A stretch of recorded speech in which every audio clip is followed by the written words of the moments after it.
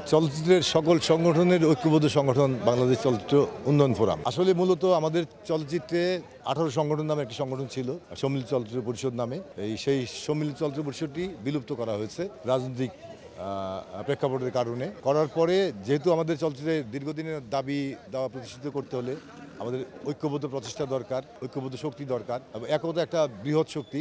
সেই অর্থে সেই কারণেই আমরা সবাই মিলে আবার ওই আগের মতোই সমস্ত সংগঠনের একত্রে সবাই একজোট হয়ে একটি সংগঠন, সেটা হচ্ছে বাংলাদেশ চলচ্চিত্র উন্নয়ন ফোরাম তৈরি হচ্ছে আজকে। এবং আমি আশা করি আবার বিশ্বাস করি যে আমরা চলচ্চিত্রের সকলে মিলে যারা আছি আমরা একসাথে কাজ করি, অতীত থেকে কাজ করি, আন্দোলন সংগ্রামে আমরা কাঁধে কাঁধ রেখে কাজ করে যাই। সেই লক্ষ্য নিয়েই আজকে যেটা প্রতিষ্ঠিত হয়েছে, আমরা আগামীতেও আমাদের আন্দোলন সংগ্রাম চলচ্চিত্র উন্নয়নের জন্য বিভিন্ন দাবি দেওয়ার প্রশ্নে আমাদের রাষ্ট্রীয় উচ্চ পর্যায়ে আলোচনার জন্য একটা প্ল্যাটফর্ম দরকার, মুখপাত্র দরকার। তো সেই লক্ষ্যে আমরা এই বাংলাদেশ চলচ্চিত্র উন্নয়ন ফোরাম তৈরি করেছি এবং আমি আশা করি, বিশ্বাস করি আমাদের সাংবাদিক ভাই বন্ধু যারা আছে এবং চলচ্চিত্রের সংশ্লিষ্ট যারা আছে, এই চলচ্চিত্রকে যারা ভালোবাসে তারা প্রত্যেকেই কাঁধে কাঁধ মিলিয়ে আমাদের সাথে একীভূত হয়ে কাজ করবে। এই সংগঠনের মূল কাজ অনেক, আসলে আমি ম্যানিফেস্টোতে সব উল্লেখ করেছি।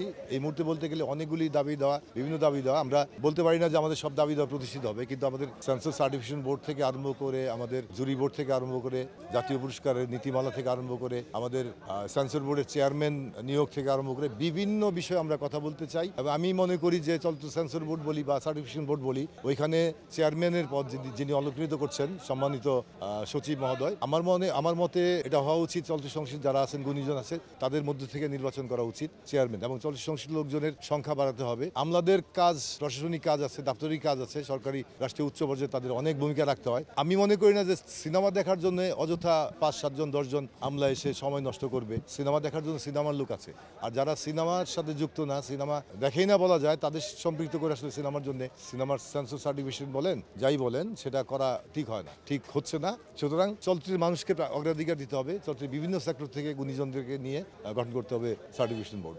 অতীতে আমাদের সেন্সর বোর্ড ছিল চলচ্চিত্রে, সেটাকে আবার আমরা সার্টিফিকেশন বোর্ড হিসাবে আবার আমরা দাবি দেওয়ার পরিপ্রেক্ষিতে আমাদের উপদেষ্টা মণ্ডলী সহ তথ্য মন্ত্রণালয় আমাদের দাবি দেওয়ার পরিপ্রেক্ষিতে সার্টিফিকেশন বোর্ডে রূপান্তরিত করেছে। সার্টিফিকেশন বোর্ডে রূপান্তরিত করার পরেও এটার মধ্যে অনেক কিছু রয়ে গেছে যেগুলি আসলে আমাদের অনেক প্রতিবন্ধকতার সৃষ্টি হয়।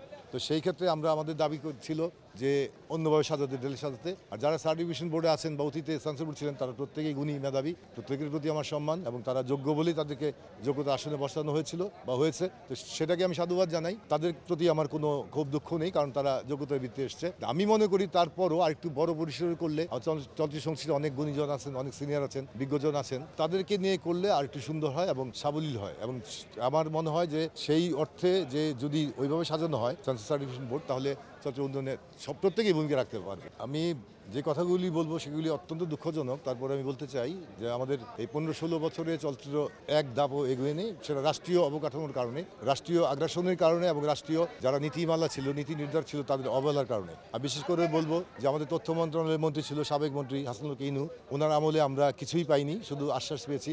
তথ্য মন্ত্রণালয়ের দায়িত্বে এসেছেন হাসান মাহমুদ সাহেব, উনি মন্ত্রণালয় চালিয়েছেন দীর্ঘদিন। আমরা বিভিন্ন দাবি দেওয়া নিয়ে ওনার কাছে গেলে উনি সেগুলিকে আমলে নেওয়ার বান করেছেন, কিন্তু আমলে নেননি ঠিক মতো। এবং উনি শুধুমাত্র প্রতিশ্রুতি এবং গদবাধা কিছু বক্তব্য ছিল ওনার। চলচ্চিত্রের বিরাট উন্নয়ন হয়েছে, দেশ বিদেশে চলচ্চিত্র প্রদর্শিত হচ্ছে, দেশ বিদেশ থেকে সম্মান নিয়ে আসছে, চলচ্চিত্র আজকে জাগরিত হয়েছে, অমুক ছবি ব্যবসা করে। ব্যবসা সফল ছবির পরিমাণ খুবই কম, 2-4টা ছবি ব্যবসা করছে বিগত 15-16 বছর, 10টা-20টা হবে। আর আমি বলবো যে গত 2-4 বছরের নাজুক অবস্থা, মাঝখানে 2-1টা ছবি গেছে ভালো, তো 2-1টা ছবি ইন্ডাস্ট্রি না, 2-1টা ছবি শিল্পকে টিকিয়ে রাখতে পারবে না। কিন্তু সেই গুণ কীর্তন করে উনি আমার রাষ্ট্রের উচ্চ পর্যায়ে মাননীয় প্রধানমন্ত্রীকে বুঝিয়েছেন যে চলচ্চিত্রের বিরাট উন্নয়ন হচ্ছে। আর উনি সেই সব ভুলভাল বুঝিয়ে আমাদের চলচ্চিত্রকে অনেক দূর ঠেলে দিয়েছেন। আমাদের চলচ্চিত্রকে আজকে দুর্দশার কারণ উনি। এবং আমি ব্যক্তিগতভাবে বলবো, চলচ্চিত্র পরিষদ মহাসচিব হিসেবে বলবো যে উনি ব্যক্তিগতভাবে সবচেয়ে বেশি দায়ী, তথ্যমন্ত্রী, সাবেক তথ্যমন্ত্রী, এবং এই রাষ্ট্রের কালো চেহারাগুলো, যে চেহারাগুলোর কারণে আজকে আমাদের আলোকিত হয় না আমাদের চলচ্চিত্র।